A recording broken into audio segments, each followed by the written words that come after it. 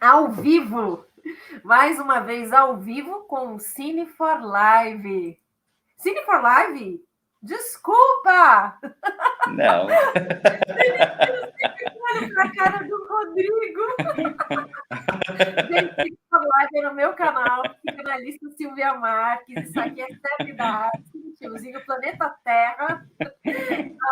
Hoje a gente vai falar sobre. É que a gente vai dar live. É vídeo cacetado, isso vai para o vídeo cacetado. Hoje a gente vai falar de um filme muito especial. A gente vai falar sobre A Hora do Pesadelo, né, que é um filme cult. A gente vai falar sobre a versão de 1984, né, já que é cine tiozinho. E vou trabalhar um pouco essa questão dos sonhos, do inconsciente, por meio desse slasher que fez história. E o Rodrigo está aqui para falar um pouco sobre a estética, sobre a questão, né? A estética do terror, a estética do slasher. Gostaria de começar? Você que sabe. Pode ser. Bom, primeiramente, queria agradecer, né, o convite para participar. Acho que já é a segunda vez, né, que eu participo do Cine Tiozinho. Foi com a Gaiola dos Lucas, trabalhamos nas Pois, duas versões. pois é, muito legal. O tempo está passando, né? E esse mês agora, próximo mês, eu também vou participar de várias lives com a Silvia. Então, a gente vai trabalhar bastante. Bom, quando a Silvia faz essas propostas para mim, eu sempre fico assim, encantado, assim, ao mesmo tempo sempre encaro tudo como um desafio. E aí eu tinha assistido esse filme, talvez eu nunca tinha assistido, na verdade, porque a gente sabe da história do Fred Krueger, né? A gente sabe de todo esse contexto, mas assim, pensar no momento em que eu, como um espectador, parei a assistir o filme, eu não consigo capturar. Eu acredito que eu devia ser muito criança, né, quando eu assisti. Então, agora, assim, aos 45 anos, que eu fiz segunda-feira, inclusive assisti o filme no domingo à noite, assim, eu ainda estava com 44. Aos 44 anos, foi uma outra experiência, né? Assim, e olhando para ele, eu fui anotando, no final anotei tanta coisa, porque me pareceu assim muito cheio de coisas para a gente pensar e discutir. Bom, a história do filme, né, todo o mito que tem atrás dessa história, são várias versões que foram feitas, inclusive no cinema. Porém, esse é A Hora do Pesadelo, de 1984, é o primeiro filme, né, assim, que inaugura essa jornada aí desse personagem. E algumas coisas assim me chamaram bastante atenção. Primeiro, a questão assim do desvio, assim, né, como o filme trabalha essa questão do desvio. E esse desvio não vem somente na questão que envolve os personagens, que aí a Silvia acredita que vai trabalhar nessa questão mais da caracterização psicanalítica ou psicológica deles, mas na própria estética, né? Então tem sempre uma estética. Isso faz parte também do gênero do filme de terror, de nos enganar, né? Desviar assim, de repente, para justamente criar aquela tensão, né? Então vem ali uma cena de perseguição, de repente a gente vê um bezerro, assim, uma cabra, né? Então aparece e aí nos dá aquela sensação de um certo alívio, de repente volta e desvia para uma outra coisa. Então, acho que o filme vai trabalhar um pouco, inclusive narrativamente, esse espaço, né, do desvio. Eu acho que isso tem muito a ver não só com o gênero, mas também com a própria questão que envolve a caracterização dos personagens. Uma coisa assim que essa questão do monstro, né, que é algo bastante recorrente, sempre lembro um pouco da ideia do monstro, da criatura, né? E aí o filme traz alguns aspectos, inclusive do expressionismo alemão, assim, com utilização de sombras, aquela ideia da perseguição, né, naquele espaço, que é sempre meio que uma usina, né, assim, que ali nos sonhos, né, nos sonhos que são aparentemente sonhos conjuntos, que no final vão ser revelados, para mim, pelo menos a minha interpretação, que é um sonho só, né, mas a gente fica naquela, é o sonho da Tina, né, depois a gente vai falar, não é o sonho da Tina, né, é o sonho da Nancy. Então, essa mistura, né? E eu falo que, já falei isso em outras lives com a Silvia, a gente já discutiu sobre isso, o quanto o cinema, ele, enquanto linguagem, né, eu falo, ele potencializa as representações oníricas, né? Então, por mais que a gente está falando aqui de sonho, pesadelo, né, que entra nesse mesmo espaço, é no cinema que a gente encontra uma pulsão assim, muito forte para representar essas ideias, né? Então, ali nesse filme, a percepção que eu tive dessa questão do sonho, do pesadelo, só pesadelo, né? Porque, mas do pesadelo dentro do pesadelo, né? Então, a gente vai vendo isso como se fosse coisas que estão dentro dessas, de uma estrutura, né? Então, achei isso muito interessante. Uma coisa assim também que me chamou a atenção, que eu acho que a Silvia vai falar, e também não tenho muito assim fundamento para discutir, mas que eu percebi nesse filme, que sempre tem uma questão ligada à morte, né? A morte é justamente o medo que se estabelece, né?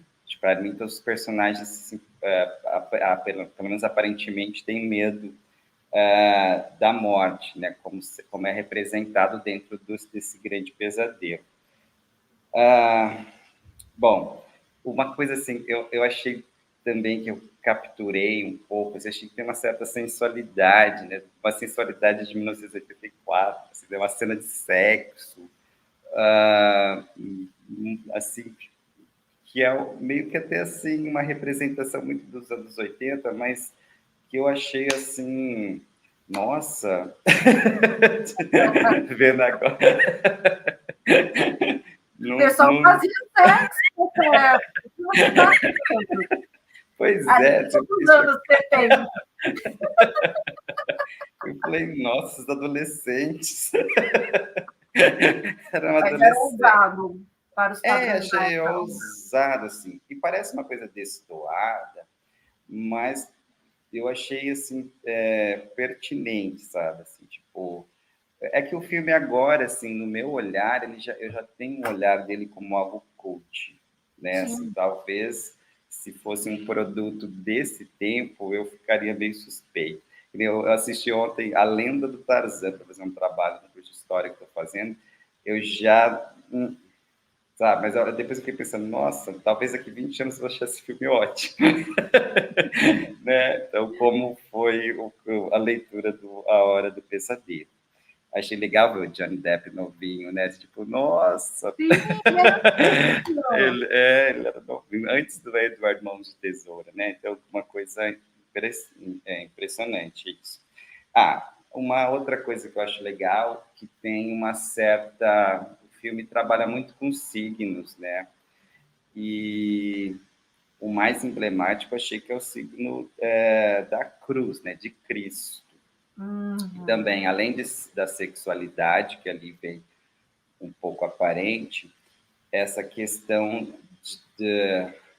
da religiosidade, mas é que eu acho assim, quando traz esse tipo de representação, me parece assim que potencializa muito também o discurso do próprio gênero do terror, né? Então, assim, estamos mexendo com coisas, né, que são que causam um estranhamento, né? Que causam por isso que eu acho que assim, tem essa coisa do desvio, né? Assim, a cruz, e quando a gente pensa na cruz, a gente já pensa no seu oposto. Isso. Mas isso acontece em tudo. Numa pessoa muito boa, a gente vê uma pessoa muito caridosa, a gente automaticamente já pensa numa pessoa que é capaz de matar, para roubar, né? Então, os opostos acabam se conectando de alguma forma. Então, quando você vê a cruz, você já pensa, né? Nós precisamos da cruz, porque existe muita maldade no mundo. Isso, né? E é essa coisa do anti, né? Assim, a ideia também do anti, o antinome, né? Digamos, isso é uma coisa interessante para a gente pensar. Bom, eu acho assim que também essa representação dos pesadelos, né? Eles são fontes para o próprio gênero, né? Do gênero do terror. E, e, e isso fica sempre, essa questão da morte fica sempre nessa iminência, né? Da consumação dela.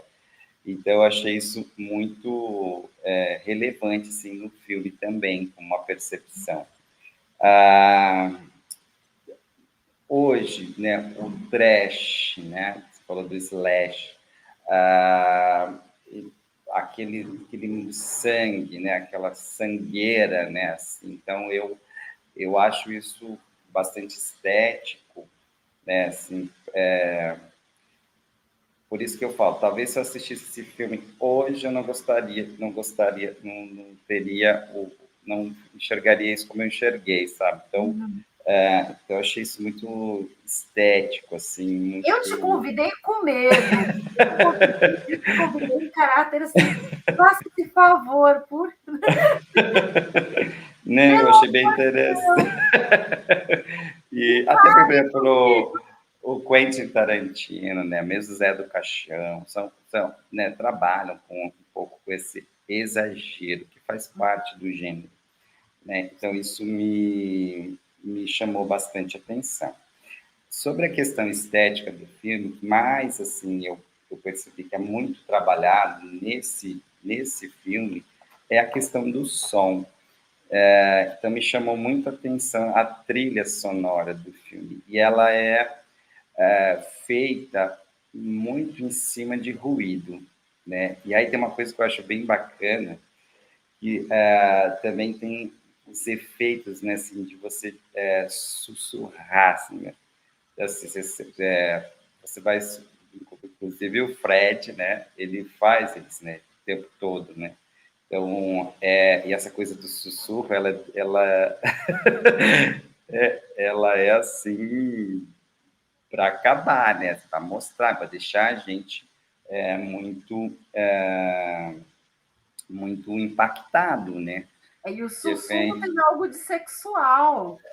Ao mesmo tempo é sensualizado, né?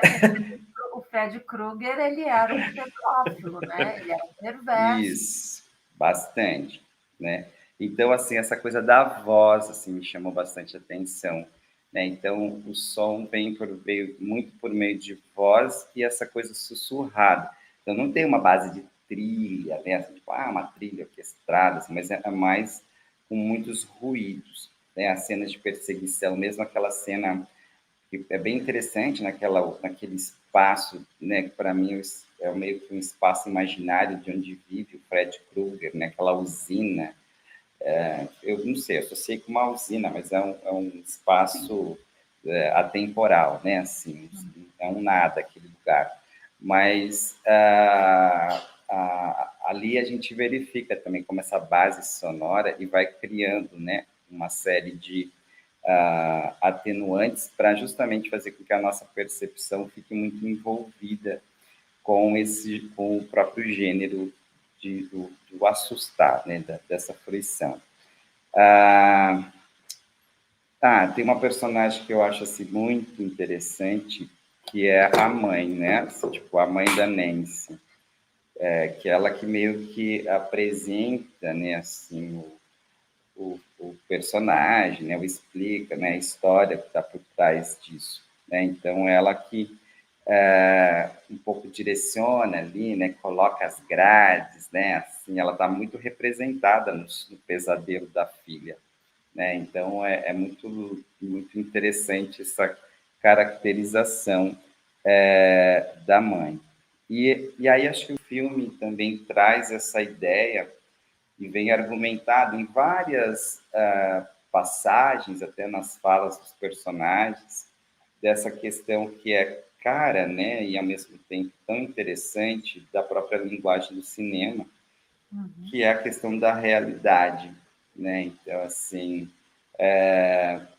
mesmo que a gente está ali discutindo, né, os lugares da ficção e tal, o filme vai brincar um pouco com esse imaginário, que é um imaginário, como eu disse, que o cinema é fantástico para representar, que é o sonho, né? Então, o tempo todo nós nos questionamos sobre isso, né? Mesmo que seja atravessado de uma forma muito simplista, digamos assim, né? Porque o enredo ele se consolida dessa forma, esses embates do que é real, né? E do que é sonho é o que nos chama a atenção ali na estrutura narrativa do filme, né? Então nós vamos perseguir, vai buscar isso o tempo todo, né? Enquanto espectadores. E no final, assim, pelo menos na minha interpretação, né, assim, na minha interpretação, se deu pelo menos essa conexão da relação com o sonho da personagem Nancy, né? Assim, como se esse sonho fosse um único sonho atravessado, um único pesadelo atravessado por vários outros pesadelos.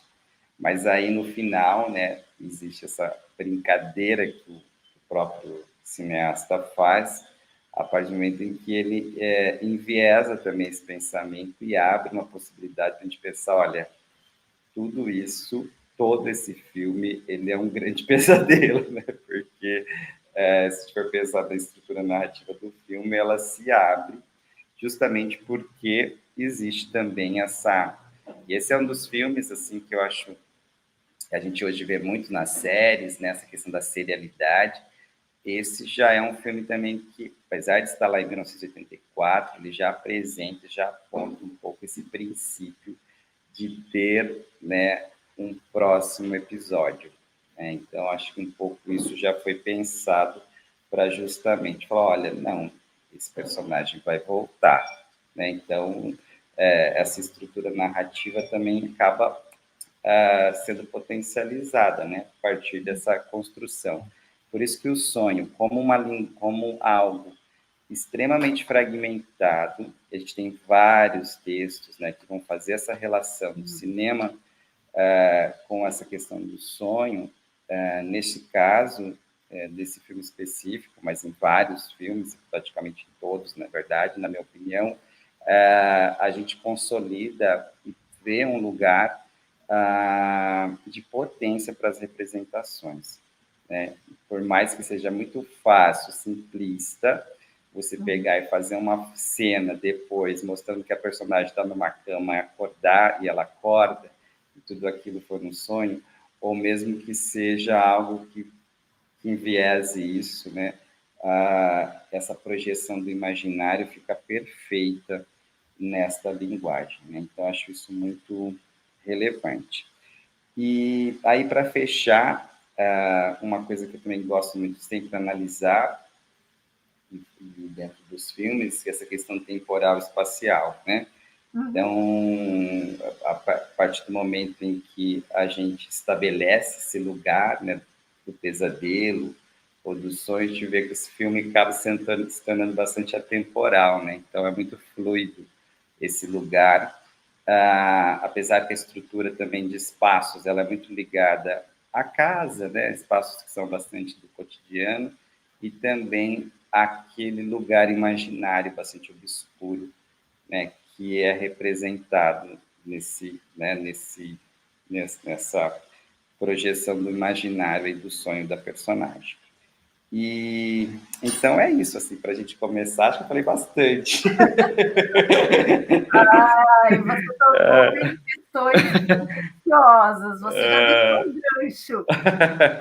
Manda ver agora. No final, você também deixou o gancho. Você falou sobre essa questão da morte e do sexo.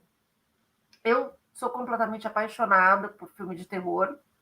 Eu fiz o convite para você com certo receio, porque eu sei que não é muito a sua praia, mas eu particularmente sou suspeita para falar de filme de terror. É um gênero que me agrada muito, né? Eu costumo dizer que o cinema é a mais psicanalítica das artes. E eu digo que o terror é o mais psicanalítico dos gêneros. Então, um filme de terror é a psicanálise elevada, assim, à enésima potência, né? Um filme que fala sobre sonho, um filme que fala sobre inconsciente. O que é um pesadelo? O pesadelo é também chamado de sonho de angústia, né? A gente não pode entrar em contato direto com o nosso inconsciente, porque o sonho é uma das 4 vias de acesso do inconsciente. Nós temos os sonhos, os sintomas, os xistes e os atos falhos, né? Só que quando a gente entra em contato com o nosso inconsciente por meio do sonho, por meio dos sintomas, não importa, esse encontro ele não é totalmente direto, totalmente explícito. Então, o sonho ele tem uma estrutura de roteiro de cinema, né? Ele não, você não entra em contato direto com o seu inconsciente. É estabelecida uma espécie de narração para você não entrar diretamente com esse conteúdo. O sonho é cheio de metáforas. E o sonho de angústia, que é o pesadelo, é o sonho mais distorcido que existe. Tá?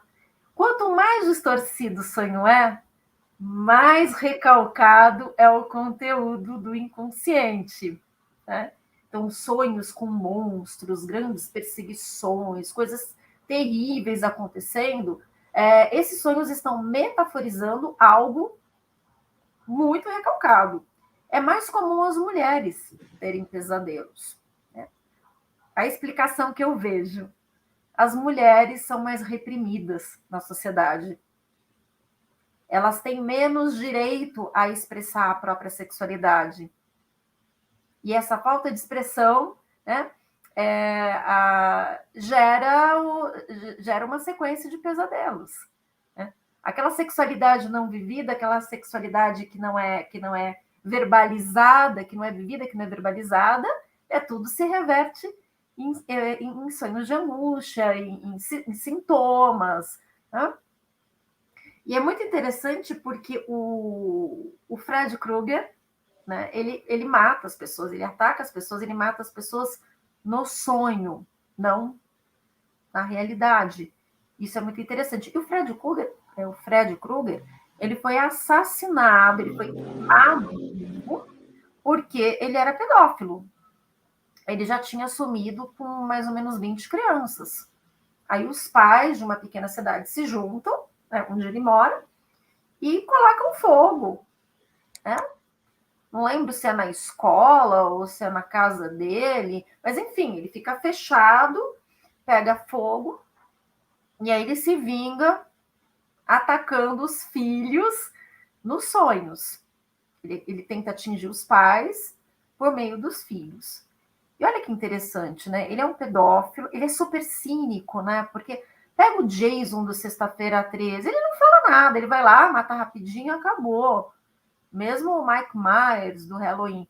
O Fred Krueger é muito cínico, ele fala. Ele fala, a gente vê o rosto dele, é deformado, mas a gente vê o rosto dele. Não é uma máscara. Né? E ele é um perverso, ele é um pedófilo, um perverso. E tem uma relação tão forte entre a perversão, entre a psicopatia e o inconsciente. Né? Eu estava falando sobre isso essa semana mesmo. O que acontece? O nosso aparelho psíquico, né, é formado por inconsciente, que também é chamado de id. Temos o ego, ou o eu, temos o superego, ou o supereu. Né? Então, o que acontece? O eu fica controlando ali as vontades, as demandas do superego e do id. Às vezes faz a vontade de um, às vezes faz a vontade do outro. Né? O superego ele é tremendamente necessário. Sem superego, nós temos um perverso, nós temos um psicopata. Um psicopata, o superego dele não funciona direito. Por outro lado, alguém com um superego muito rígido, muito severo, é um baita de um neurótico chato que não vive e que não deixa ninguém viver. Então tem que ter um equilíbrio. O superego tem que funcionar, né? Mas ele também não pode ser tão rigoroso. Eu costumo dizer que as pessoas mais saudáveis, saudável ninguém é, né? O mais normal baba e depois come a própria baba, né? O normal ninguém é. Mas Não. assim, os mais saudáveis, na Aí minha dá bem, né?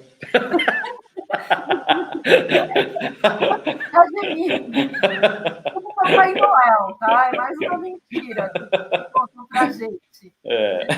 Papai Noel já desmentem lá quando a gente tem 9, 10 anos de idade. A normalidade Eu não posso lembrar disso, que até hoje eu carrego esse trauma. do Papai Noel.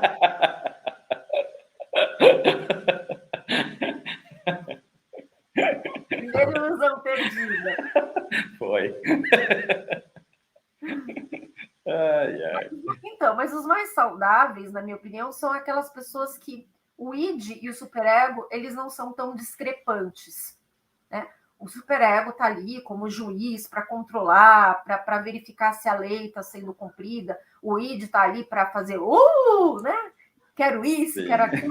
Não pode ter uma discrepância muito grande, né? Se o id é cheio de desejos loucos e o superego é extremamente severo, nós temos os falsos moralistas, nós temos os hipócritas, nós temos pessoas que dizem uma coisa e vivem outra, nós temos pessoas extremamente neuróticas, com pesadelos, com vários sintomas, né? A própria presença, a própria ocorrência de muitos pesadelos pode ser configurada como um sintoma, né? Então, é muito interessante isso. A Hora do Pesadelo é um filme sobre sonhos, sobre inconsciente, sobre a manifestação do id, sobre a manifestação inconsciente. E o Fred Krueger, ele é um psicopata, ele é um perverso. E um perverso, ele é praticamente só inconsciente, inconsciente ego. O superego dele é bem michuruca. Então, o inconsciente para o perverso é muito mais forte. Agora, gente, não significa dizer que o inconsciente seja uma merda, não. A gente tem que dar voz ao nosso inconsciente, mas sem esquecer o superego também, né? Então, esse filme, você falou sobre a questão da morte, da sexualidade, né? E eu falei que o terror é o mais psicanalítico dos gêneros. E o slasher, especificamente o subgênero do slasher, que é o subgênero da Hora do Pesadelo, ele trabalha basicamente com isso, com sexualidade e morte. E quem morre? Quem faz sexo, quem vive a sexualidade. Gente, é um medo muito infantil que a gente carrega para o resto da vida. Basta a gente fazer sexo para a gente achar que algo ruim vai acontecer, né? Porque isso está arraigado na gente. A gente faz sexo, a gente acha que algo ruim vai acontecer. Sexo, sexualidade, eu vou mais longe, não sexo, apenas sexualidade e morte são os dois grandes temas da psicanálise. Um chega falando do emprego, outro chega falando do casamento, outro chega falando da mãe, outro chega falando do papagaio, mas no fundo, as duas grandes questões são sexualidade e morte. E os filmes de terror trabalham muito bem com isso. E o slasher trabalha com isso de uma forma muito direta, muito explícita. Transou, minha filha, morreu. É sempre a mais avançadinha que morre. A personagem latina, ela morre na cama. Gente, a menina foi dormir com o namorado na cama dos pais. Você quer pecado mais mortal que esse, Rodrigo? Você quer pecado mais mortal que esse? Transar com o namorado na cama dos pais? A menina é jogada no teto, na parede. Nossa, a morte dela é louca, né? O filme de terror, o slasher, principalmente, trabalha muito com essa questão da culpa. Então, é a sexualidade e a morte sendo mediadas pela culpa, né? Então, é a culpa que costura essa conexão, que liga, que faz essa conexão, né? Transo, fico culpada, morro, né? A Nancy, ela já sobrevive. É a boa moça, é a amiga que vai fazer companhia para a amiga que está com medo de dormir sozinha. Ela sobrevive, ela sofre pra caramba, mas ela sobrevive. A gente sempre sabe no slasher quem vai sobreviver. Né? E ela não transa, né? Porque o namoradinho dela, o Rod, o Glenn, ele quer, mas ela não.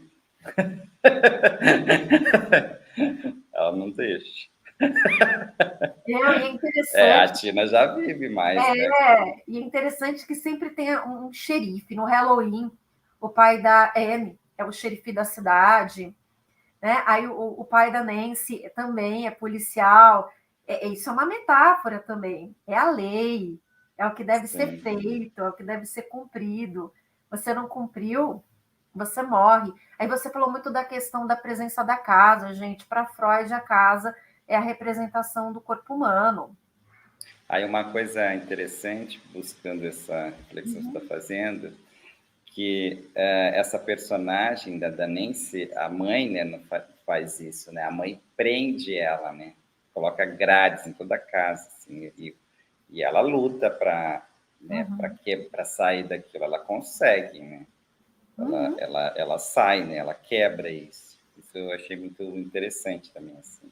Essa da grade, né? Ela fica presa na casa. É a sexualidade que está presa, porque assim as portas, as janelas, chaminés, enfim, todas as aberturas de uma casa representam os orifícios do corpo humano.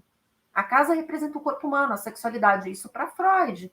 Né? Então, por isso que filme de terror normalmente acontece em casa. E por que casa mal assombrada, acontece sempre algo terrível na casa? Gente, as coisas piores e as melhores também, tudo acontece em casa. Tudo acontece em família. Né? É na família os grandes segredos, os grandes afetos, as grandes mágoas, quase tudo que é importante para o bem ou para o mal acontece na família. Por isso que a casa é uma presença tão constante nos filmes de terror. Né? Então, eu adorei quando você comentou sobre essa questão do sexo e da morte. Isso chamou a sua atenção. Mas é exatamente isso. Filme de terror trabalha basicamente com sexualidade e morte. E o slasher faz esse trabalho de uma forma mais explícita. E sexualidade e morte são os dois temas principais da psicanálise. Então, assistir a um filme como A Hora do Pesadelo é um exercício psicanalítico. Concordo quando você fala que, né, o desenvolvimento é simplista, sim, é um filme comercial, é um filme para passar o tempo. As pessoas, né, não vão pegar A Hora do Pesadelo, né, para fazer esse tipo de análise. Elas querem sentir medo, que é uma coisa que a gente até comentou, né, a gente conversou sobre isso pessoalmente. Que é uma coisa que eu estou sentindo falta nos filmes de terror atuais. Está faltando a função da catarse. Né? Nós estamos com uma leva de filmes de terror extremamente inteligentes, intelectuais, maravilhosos, mas eles são mais filmes para raciocinar, para fazer refletir. E o filme eu não estou criticando isso, tá? Eu acho que é super válido. Mas nós precisamos também do filme de terror para promover a catarse. Nós temos 3 formas básicas de fazer a catarse. Pelo melodrama, né? Aí a gente chora, se emociona. A comédia, e aquela comédia bem assim, bem infantil mesmo. A gente gosta de rir daquelas situações bem bobinhas. E tem a catarse por meio do medo. Né? Quem não acordou no meio da noite assustado com uma roupa que estava pendurada no cabide? E achou que fosse um monstro, ou achou que fosse alguém observando. Então, o filme de terror tem essa função de catarse. Ele pode fazer refletir também, nada contra isso. Mas a função principal de um filme de terror é promover a catarse. As pessoas, quando procuram um filme de terror em algum catálogo, de algum streaming, ou no cinema, as pessoas querem sentir essa catarse, que ela é importante. É para dar conta da nossa própria violência. E o sentir medo, de certa forma, nos faz, pelo menos eu sou assim, eu me sinto muito viva quando eu sinto medo. Porque o medo, ele coloca para a gente tudo aquilo que a gente pode perder. Ele valoriza a vida. Então, quando você vê um slasher, os casais, os jovens, felizes, namorando, pega uma cerveja para mim. e de repente eles são assassinados. Gente, eles eram jovens, eles tinham uma vida inteira pela frente, eles estavam se divertindo, e de repente eles morrem. Então, tem essa dimensão, o filme de terror, o sentir medo, fazer essa catarse pelo medo, tem essa questão de valorização da nossa vida. Lucas, acho que deve ser seu amigo, né? Lucas Moser. É meu aluno, querido. Vamos colocar aqui um comentário do Lucas. Os filmes da produtora A24 trazem as duas coisas. Ultimamente tenho acompanhado muitos filmes desse gênero por eles, que barato. Lucas, que filme? Que filme que você... porque eu não sei que filmes que são, que produtora. É uma produtora americana, será? Sim. Né? Acredito que sim. Lucas, se você puder colocar aqui uns filmes no chat para a gente assistir, para quem está vendo a live também. Né? Então, eu acho que é muito importante essa questão da catarse no filme de terror. E A Hora do Pesadelo, nesse sentido, eu demorei muito tempo para ver esse filme. Eu já tinha visto Sexta-feira 13, várias partes da Sexta-feira 13, eu já tinha visto Halloween, mas eu não encarava. Hereditário. Sim. Hereditário é muito famoso, mas eu ainda não vi. É muito bom, eu já assisti. Você viu? O Midsommar eu não vi, Hereditário eu já assisti. Sim, vou colocar aqui. Vou indicar aqui. Eu estava vendo aqui agora, pesquisando, dessa produtora, que é norte-americana mesmo. E aí tem um filme, sabe que filme que eles produziram, Silvia? O Farol. Então, o Farol, então, eu acho ele muito bom, mas eu acho ele muito intelectual. Eu não sinto medo do Farol. Eu saí do cinema refletindo. Assim, pega Cemitério Maldito, a segunda versão. Tem a versão de 89, tem a versão de 2019. É uma aula de psicanálise, a versão de 2019. Eu tive que escrever um artigo. Depois que eu vi o filme no cinema, eu tive que escrever um artigo, porque é uma aula de psicanálise. Mas o que dá medo mesmo, na minha opinião, é o de 89, que é um filme até mais bobinho, mas ele cumpre essa função catártica, né, do terror. Quando consegue juntar tudo, é maravilhoso, né? Mas então, falando sobre essa questão do slasher. Então, A Hora do Pesadelo foi um slasher que eu demorei muito para encarar, por causa dessa questão do sonho. Isso é muito pesado. Um vilão que te ataca no sonho, né, que mexe com o máximo da tua intimidade. Isso é para mim, sempre foi algo muito, muito pesado, né, na Hora do Pesadelo. E aí eu fui assistir esse filme com 30 tralalá, né? Aí vi a versão de 84, eu vi uma versão também mais atual, né, uma versão já do século XXI, e agora revi para o Cine Tiozinho A Hora do Pesadelo. Uma coisa estética que eu acho belíssima nesse filme é a questão como as cenas do pesadelo, as meninas pulando corda no pesadelo, e aquela musiquinha infantil, que é quase uma prece, né? Como o universo infantil ele é todo assombrado por fantasmas. Eu acho que é uma questão que o filme traz muito bem. Como a infância sofre, como a criança tem medo, como a criança sofre. Né? Linkando um pouco com aquela questão do crucifixo, né? A infância lembra inocência, pureza, né? E ao mesmo tempo, quando você vê uma criança brincando, pulando corda, cantando, aquilo automaticamente nos remete a todos os monstros que existem na sociedade, os pedófilos, os professores carrascos, os pais que espancam, né? E todas as pessoas que, de alguma forma, estragam a infância, contaminam a infância. Né? E outra coisa que eu queria falar também é, você está pegando seus ganchos, né? Sim. A personagem da mãe, você falou da personagem da mãe, que você achou ela muito interessante. A mãe bebe, né? Olha. O Otto. Eu me comporto bem. Nossa, tem água aí nessa. Agora é água. Agora é água. A mãe bebe. Não bebe pouco. Né? E ela não bebe de uma forma elegante. Ela bebe que nem uma cachaceira mesmo. Olha que interessante como o mundo adulto é retratado nesse filme. Quer dizer, eles são atacados por um pedófilo que foi assassinado pelos pais deles. Né? Eles não podem fazer sexo, porque eles são adolescentes, mas, ao mesmo tempo, os pais estão desgovernados.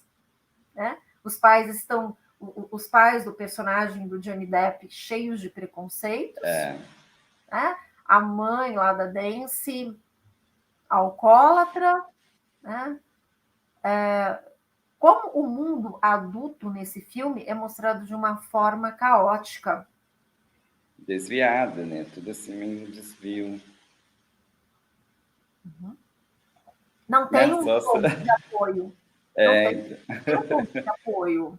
Porque, assim, no sonho tem o Fred Krueger. E, na realidade, tem pais que são pessoas que são humanos, né? Eu ia dizer pessoas complicadas. São humanos, têm seus vícios, têm seus problemas, têm seus preconceitos, né? Têm suas dicotomias.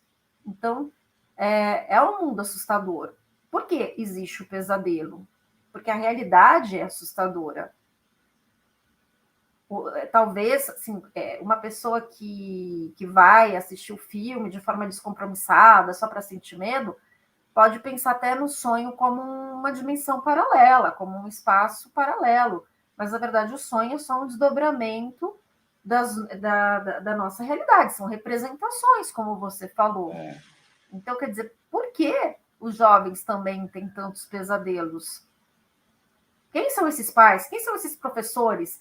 Quem é essa sociedade que faz a criançada, que faz os adolescentes terem sonhos com Fred Krueger? O Fred Krueger, para mim, é uma grande metáfora de todos os monstros sociais, como a gente vê naquele filme It, que é tirado do livro do Stephen King. Quem é o palhaço? Como é o nome dele mesmo? Ai, eu esqueci. Pennywise. Eu acho que é Pennywise. Quem é o Pennywise? É o pai pedófilo da Beverly, né? É o avô que obriga o menino a trabalhar num matadouro, né? É o pai lá do menininho que é judeu, o rabino, que fornece uma educação super severa para o filho. São aqueles valentões que atacam aquele menino que é mais gordinho. É a mãe que manipula o filho, né, que desenvolve uma hipocondria no filho. Esses são os monstros da sociedade, são os adultos manipuladores, né? Então, as pessoas violentas, o próprio egoísmo que a gente tem, o próprio medo que a gente tem, o próprio sentimento de culpa. Cada um lá no It, cada um enfrentava um demônio. Né? O protagonista, o demônio do protagonista era a culpa que ele sentia, porque ele deu um barquinho de papel para o irmão, e por causa desse barquinho de papel, o irmão foi pego pelo Pennywise. Então, era a culpa dele, o monstro. Então, me parece que tanto o palhaço do It como o Fred Krueger, eles são representações, né, destes adultos disfuncionais, super problemáticos, né, que cagam regras, mas eles mesmos são profundamente conturbados. Então, já aquela perversidade do Fred Krueger, de certa forma, tem uma relação com a vida social. O mal não está só no Fred Krueger, é que no filme de terror coloca todo o mal, tem um bode expiatório. Mas no fundo, esse mal, ele vem de todos os lados, né? Marilza! Oi, Marilza! Seja muito bem-vinda! Boa noite, Maria. Ter aqui. Rodrigo, eu queria aqui uma informação. Vai falando. Não, assim, buscando um pouco essa relação, eu estava até lendo aqui uma observação que eu tinha feito. com a questão do desejo mesmo, sabe, assim, que você colocou. E aí, a personagem, né, da Nancy, ela é carregada desses signos, né, que atravessam assim, essas representações. A cena da banheira, né, assim, a cena, ela em volta com o crucifixo, a questão das grades, né? Então, é muito legal verificar isso, né? Como são tudo articulados na representação, né? Por isso que eu falei que assim, um filme é um sonho, né? Então, essa ideia é importante a gente pensar. E eu acho que essa conexão que você traz também, assim, fazendo essa análise um pouco mais dessa questão psicanalítica, que enfim, não chego nesse lugar. Eu posso te levar com minhas mãos de Mas você leva. Eu, por exemplo, assim, eu não gosto de palhaço, sabe? Então eu falo, gente, esse filme It, por exemplo, para mim é muito, muito doido por conta disso. E aí me vem uma ideia, assim, também, a partir de uma relação que sai um pouco da representação, mas se coloca também da gente enquanto sujeitos que embarcamos na viagem, né? Nas viagens que os filmes fazem. Porque a gente tem as coisas, tá lá a representação, o produtor pensou, mas o cinema também, os filmes também promovem essa identificação. Aí eu lembro até de um ator que eu gosto muito, que é o Edgar Morin. Tem um livro lindo que chama Cinema, o Homem Imaginário. E lá ele fala muito sobre isso, né? Assim, sobre essa potência da identificação, né? Assim, então, por mais que a gente tenha, né, uma representação que aparentemente nesse mundo, eu não gosto de falar isso, mas você falou no início dessa coisa normal. Seria normal, né? É um mundo normal. Já trabalhamos no termo normal, quando entender o que é o normal. Entendeu? Por que a gente se identifica, né? Então, assim, então, por que a gente se identifica? Por isso que a gente gosta. É claro que não é todo mundo, mas assim, uma grande parte consome, né? Inclusive paga para ver um filme de terror. Então, em que medida se dá essa aproximação do sujeito enquanto espectador e os desejos, porque eu acho que a partir do momento que eu vejo um filme, eu compro um filme, eu me envolvo com uma fruição, ela também atesta o meu desejo, né? Mas a coisa assim, o sujeito que vai lá e busca assistir filme pornográfico, né? Assim, ele tem alguma coisa, né? Está consumindo isso, mesmo romance, novela, né? Então a gente também tem essa identificação, né? E acho que isso é muito interessante de verificar. A Marilza, inclusive, está aqui, fez um trabalho para mim na faculdade agora, foi minha aluna de psicologia, sobre, eu acho que foi sobre o filme O Farol. Ela ficou assim, né, Mari? Não sei se a Marisa está aí ainda, mas foi muito interessante até, assim, para o grupo.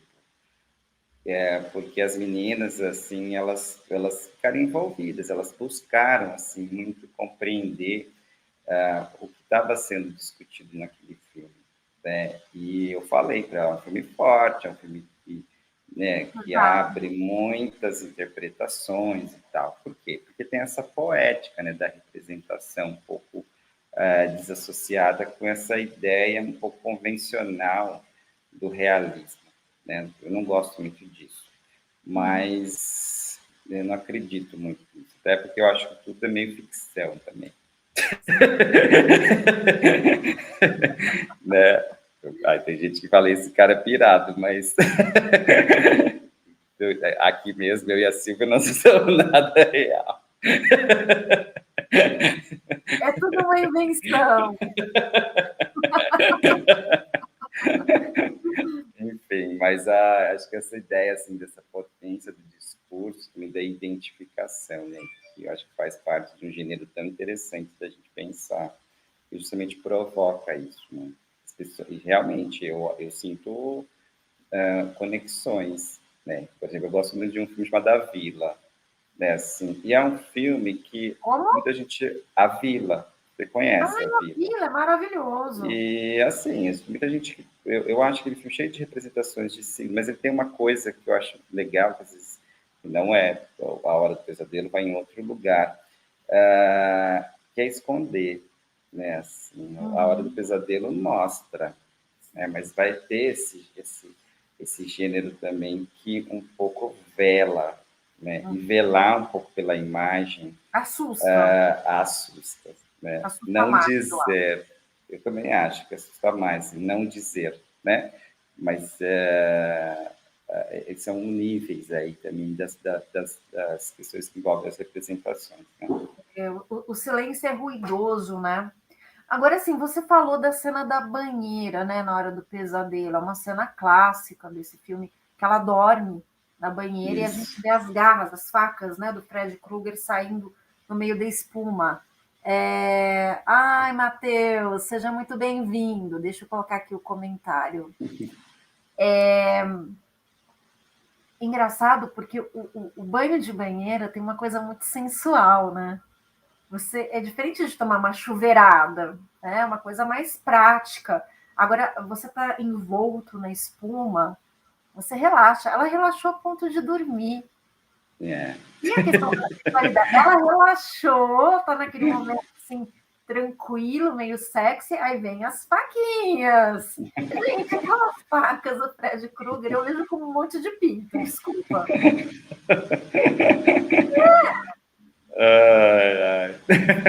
Mas assim, as pessoas, simbolicamente, ele está encontrando pessoas. São extremamente importantes. São fálicas. Eu ia falar isso, né? Eu acho que tem essa ideia, né? E isso está presente, é porque ela fala, não sei se é a Tina ou a Nancy que fala, né? Sobre isso, né? Comenta assim, nossa, ele tem facas, né? Nos dedos. Muito bom, né? Não, o filme ele é cheio, né? Ele é carregado de metáforas. E ele trabalhava como jardineiro num jardim da infância. Quer dizer, como o mal, né, já é plantado desde cedo. Né? Como a criança muito nova, ela já se depara com os perigos da sexualidade, como a sexualidade já é cerceada, já é controlada desde o início da vida. Né? Eu vejo muito dessa forma. Eu acho que como eu falei para você do Pennywise, né? Os monstros, os filmes de terror são representações, né? Inclusive, eu não cheguei a ver, tá? Mas um colega meu viu o Jason, o Fred versus Jason, ou Jason versus Fred, eu não sei a ordem. E aí eu não tinha visto o filme, eu queria saber quem ganhou. Né? Parece Fla-Flu, né? Quem ganhou? Claro que foi o Jason. Só poderia ser o Jason. E sabe por quê? Só poderia ser o Jason? Ele termina, isso eu não vi, tá? Falaram para mim, professor de cinema. O Jason termina com a cabeça do Fred Krueger. Não sei, você viu esse filme? Não vi. Eu vou ver agora. Então, por que só poderia ser a explicação do meu colega? Porque era o Jason que tinha que ganhar. Gente, numa sociedade de neuróticos, é o Jason que tem que ganhar. Porque o Jason é aquele menino deformado que morreu afogado, porque os monitores estavam transando e não cuidaram dele, né? E o Fred Krueger era um pedófilo, era um psicopata. Quer dizer, ele está mais ligado ao id. O Jason está mais conectado com a questão do superego, com a questão da culpa. Numa sociedade neurótica, é o Jason que tem que ganhar. Vamos pegar aqui comentário do Matheus. Nunca tinha visto a Hora do Pesadelo, né? Só o moderno. É muito interessante como esses filmes antigos e clássicos têm um caráter experimental neles muito legal. Sim, Matheus, é o que o Rodrigo estava falando no começo da live, que se ele tivesse visto, se fosse um filme novo, A Hora do Pesadelo, ele não ia gostar, né? Mas ele sobreviveu ao tempo. Porque ele é um filme trash, vai. Não é porque eu gosto que eu vou dizer que não. Ele é um filme trash. mas ele não deixa de ser um filme experimental. E é uma coisa que eu gosto muito no cinema de terror. O cinema de terror, ele é mais ousado, ele se permite coisas que o cinema mais tradicional não se permite. Inclusive, existe aquela expressão cinema classe A e cinema B, filme B. Essa expressão já se refere a filmes antigos, a filmes dos anos 60. O cinema B, ele se permitia. A protagonista podia ser prostituta, o filme não precisava ter uma sequência lógica, podia ter flashback. Hoje tem flashback o tempo todo, mas antigamente não. Cinema classe A tinha que ter começo, meio e fim. Né? Então, entrava num universo onírico, era um espaço de experimentação, os personagens não eram santinhos, os protagonistas, era um espaço de experimentação. E eu vejo o terror ainda como um espaço de experimentação. Eu acho que é um gênero ousado, é um gênero que permite a criatividade, a liberdade de expressão. Eu acho um gênero muito, muito poderoso e muito necessário. Né? Ai, já peguei a bandeira. Tô achando... Eu tenho que hastear uma bandeira. Estou feliz agora. Deixou seu recado final. Deixei seu recado. Isso é muito legal, como há preconceito, né? Se fala assim, tipo, filme B, né? Já é uma... É como tem muito isso na cultura, né? Dessa questão, às vezes, de fazer nominações que, às vezes, acabam se tornando recorrentes, né? Mas, de gêneros também, né? Mas, de certa forma, também é legal porque organiza as coisas, né? A gente precisa saber como ler, né? Sim. Mas é bem bacana o que você disse. Por exemplo, é que nem... Eu lembro... do drama, né? Você vê que você vê uma comédia, um terror ganhar Oscar de melhor filme? Não. A gente tem experiência, inclusive no cinema brasileiro, né? Que é uma coisa mais desse slasher, aí, trash, né? Com o Zé do Caixão, né? Então, assim, muita gente achava aquilo inviável, né? A partir do momento que ele começou a ser estudado, teve estudos, doutorados nos Estados Unidos, onde pessoas falavam, o cara é genial, né? Começaram a se valorizar. Quando passava os filmes deles lá na televisão, né? No sábado de madrugada, as pessoas não... E o cara, assim, estava dizendo um monte de coisa, né, Silvia? Assim. Sim. A maldição, filha. Nossa.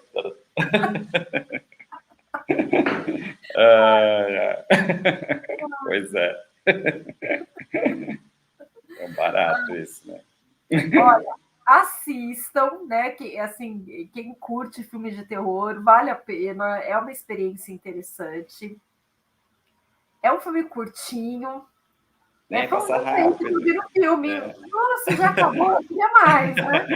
Então, vem, Fred, vem mais. Eu gostei mais da Hora do Espanto do que da Lenda do Tarzan, como eu falei para você, que eu assisti para fazer um trabalho. Então, igual na sua cabeça.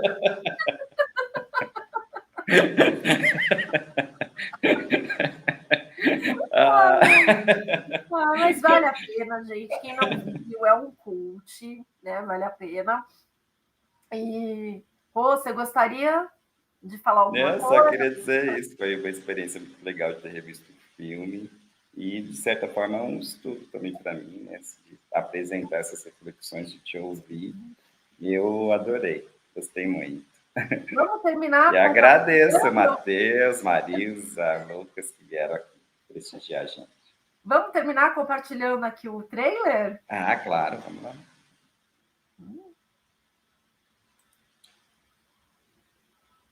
Engraçado que eu assisti numa versão HD, que eu aluguei, né? Assim, porque eu aluguei também. Quero ver, assim, uma qualidade, né? Nossa, é bem legal isso.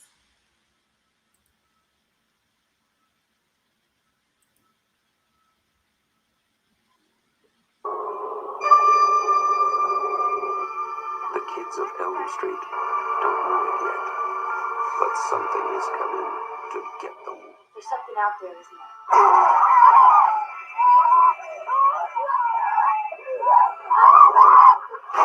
Did you see what's happening? What did that, Lieutenant? I don't know. What the coroner got to say? Been a John puking since he saw it. They're gonna kill me for sure. Did you do it? There was somebody else there. He was locked in a room with a girl who went in alive and came out in a rubber bag. No one knows where it came from or who it will visit next. Nancy, there's something wrong with you. You're imagining things. Nightmare on Elm Street. Do you believe in the boogeyman? No. Whatever you do, don't fall asleep.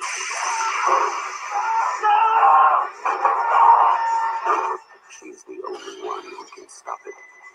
If she fails, I'm your boyfriend now, Nancy. no one will survive.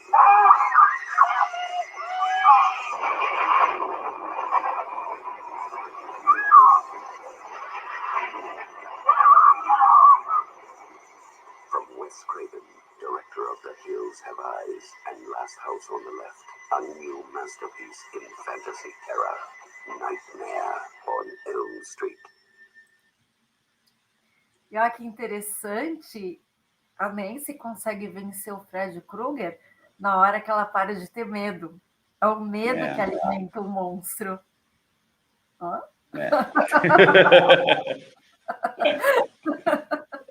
Tudo bem, né? Rodrigo, muito obrigada. Eu que agradeço. Obrigada, Lucas, Matheus, Marilza.